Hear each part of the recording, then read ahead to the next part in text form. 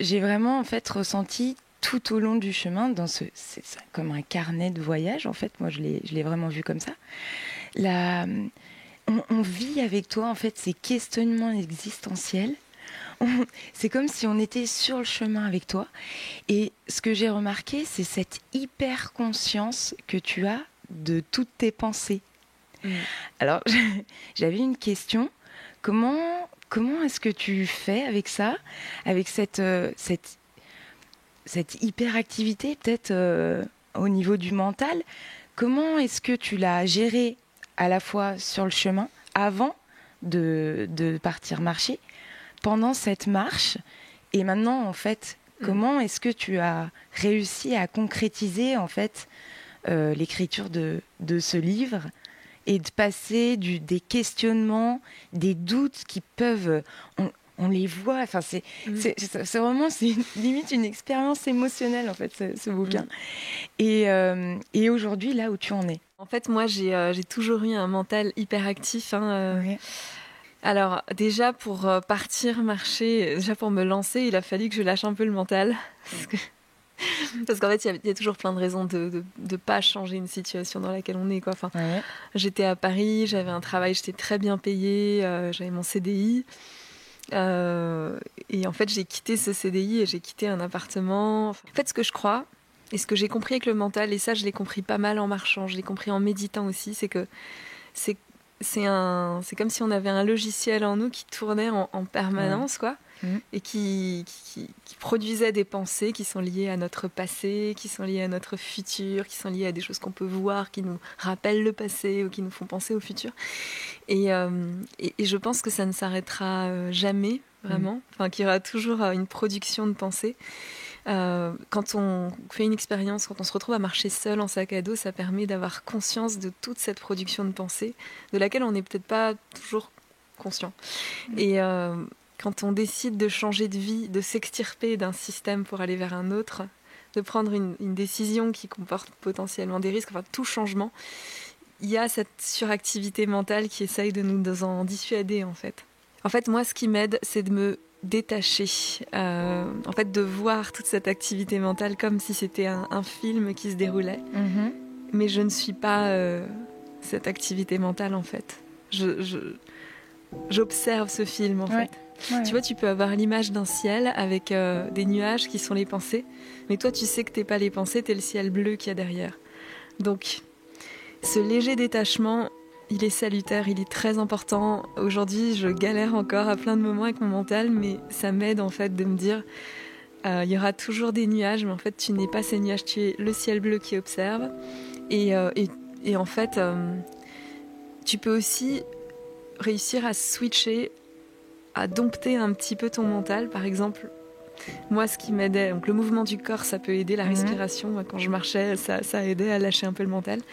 Ce qui peut aider aussi, c'est proposer au mental de produire une activité mentale plus au service de qui tu es vraiment. Donc, c'est ça, oui, de cet essentiel dont tu parles, tu le dis aussi, tu dis cette note de musique, ce rôle à jouer dans la pièce de théâtre, etc. Tu sais, tu en parles, et donc justement, aujourd'hui, tu parviens à plus mettre ton mental au service de cette note de musique dans cet orchestre qui est la vie, quoi, plutôt que de focaliser en fait ton attention sur le passé, le présent, les doutes, les questionnements, etc. Ouais. Alors je le redis, c'est pas facile, mais en fait, déjà, il faut se rendre compte qu'on peut pas combattre une pensée. Quand elle arrive, on peut rien faire, elle est là. Tout ce qu'on peut faire, c'est rediriger son attention vers une autre pensée. Et du coup, ce que moi j'essaye de faire quand, là par exemple, je vais quitter Paris, c'est un peu stressant comme moment.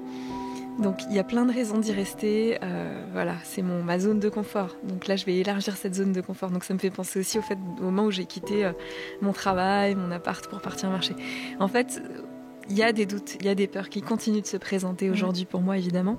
C'est juste que je peux reconnaître que je peux les reconnaître quand ils viennent, que ce sont des doutes et des peurs. Je peux un peu moins me noyer dedans.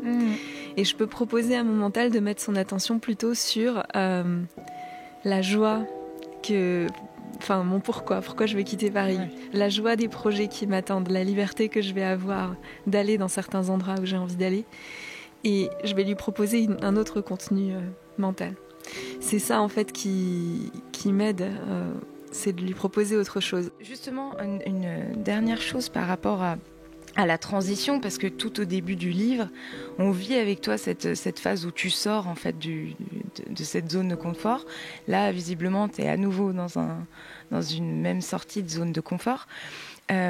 Pour quelqu'un donc, qui a l'envie de le faire, mais qui, même si, voilà, quelqu'un qui fait de la méditation, etc., je sais que dans les auditeurs, il y en a qui font déjà de la méditation, du yoga, etc., mais qui n'ont pas forcément l'entourage. Oui. Je voulais te poser cette question-là parce qu'elle me semble très importante. Tu en parles au début du livre avec par exemple tes collègues de boulot, etc., oui. ou les personnes qui ne t'accompagnent pas forcément. Est-ce que tu aurais un conseil par rapport à ça quand on n'est pas forcément épaulé par l'entourage ? C'est un vrai sujet. Ouais. En fait, on peut avoir un entourage même qui peut détruire nos envies et nos projets. Enfin, c'est... Donc, moi, quand j'ai quitté mon travail, j'avais un entourage de gens qui essayaient de m'en dissuader. En me disant, c'est trop risqué, tu peux pas faire ça, il te faut un plan B, etc. Ça a été dur, franchement. En fait, je pense que ça a été une des plus grosses épreuves pour moi. Parce qu'au bout d'un moment, je sentais que c'était juste de quitter ce travail, que j'avais une place ailleurs, que c'était la bonne décision. Mais je sentais que je décevais les gens autour de moi et que j'étais en train de quitter ma tribu. Et donc que je me coupais de gens qui... Voilà, et ça, c'est profond, en fait. Je pense que c'est une des raisons aussi qui fait que les gens ne s'épanouissent parfois pas... parce qu'en fait, ça implique potentiellement de décevoir des personnes.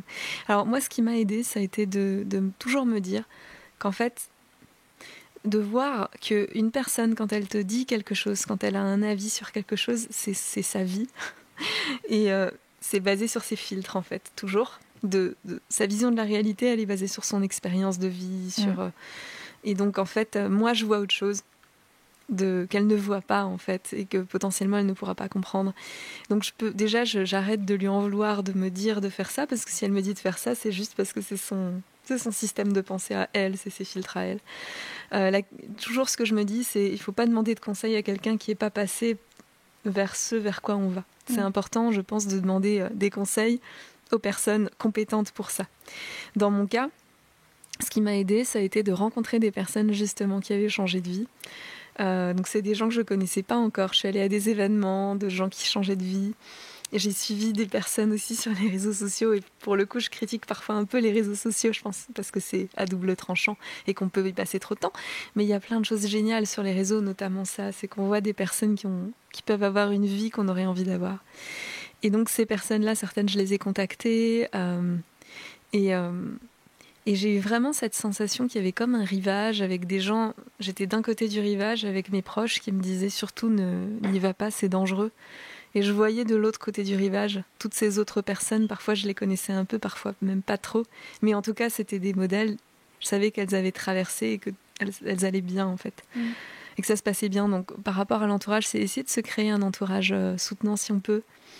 Oui, et puis si on l'a pas, en fait, faire les démarches aussi, peut-être, comme tu l'as fait. Ouais. T'es allé finalement au contact des personnes qui avaient déjà dans leur vie ce que toi tu voulais voir se passer pour toi. Et moi j'ai aussi été accompagnée un petit peu par un coach à un moment, et j'avoue que ça m'a aidée, hein, clairement.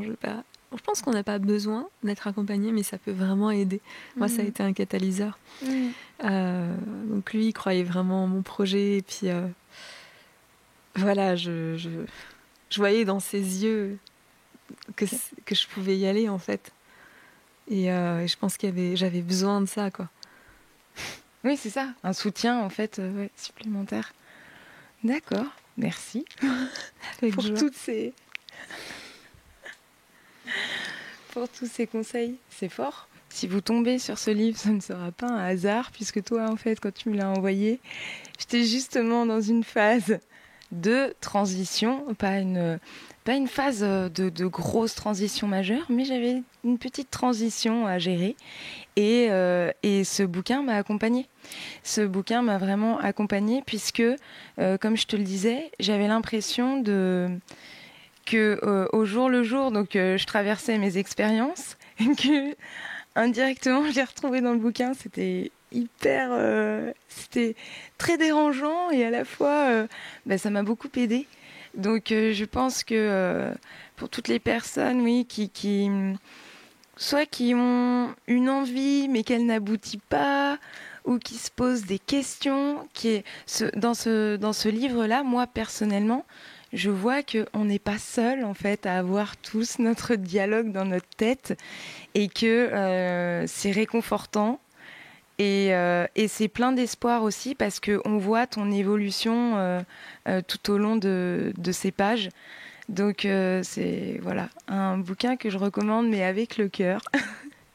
Ça me touche beaucoup, vraiment. Voilà. En fait, c'est exactement ça que j'ai voulu donner, quoi. C'est de montrer le cheminement qui a été le mien au fur et à mesure de cette marche en transparence. Et ça n'a pas été facile parce que justement, je livre des choses assez intimes. Tu te livres tellement. Oui. C'est ça en fait. Et c'est ça qui fait. C'est tellement vrai que ça résonne en fait dans le côté vrai qu'on a en nous, quoi. C'est ça qui est. Ouais. En fait, j'avoue, ça a été. En fait, je sentais qu'il fallait que je me livre vraiment, parce que sinon, pour moi, ça n'avait pas de sens d'écrire un livre, justement. Et qu'en fait, il fallait que j'aille dans ces profondeurs en moi, pour qu'en fait, ça puisse servir à d'autres. Mais il y a je me souviens, la veille, au moment où le livre partait à l'impression, en fait, il a été lu par un membre de ma famille qui m'a dit « Mais tu peux pas te livrer autant, ça, c'est trop et tout. » Et en fait, je lui ai répondu « Mais en fait, je crois que... les choses les plus intimes, c'est aussi souvent les choses les plus universelles, quoi. » Parce qu'en fait, tu vois, tu disais, on n'est pas seul. Souvent, ce qui est difficile quand on est dans des moments comme ça, c'est de se raconter qu'en fait, on est seul à vivre ça. Ouais. Et du coup, ça le rend encore plus dur. Alors qu'en fait, si on se dit que c'est juste propre à l'être humain et à une société aussi, parce que l'être humain a évolué et je pense que c'est aussi propre à notre société, et que du coup, c'est normal de ressentir tout ça et qu'il y a un chemin. C'est pas forcément facile, mais il y a un chemin. C'est vraiment ce que j'ai voulu amener, en plus du côté récit de voyage. Ben voilà, tu vois, ça me touche. On s'est pas consulté avant, mais tu vois, c'est réussi en tout cas. Merci beaucoup, Anne-Claire. Merci à toi, Pauline.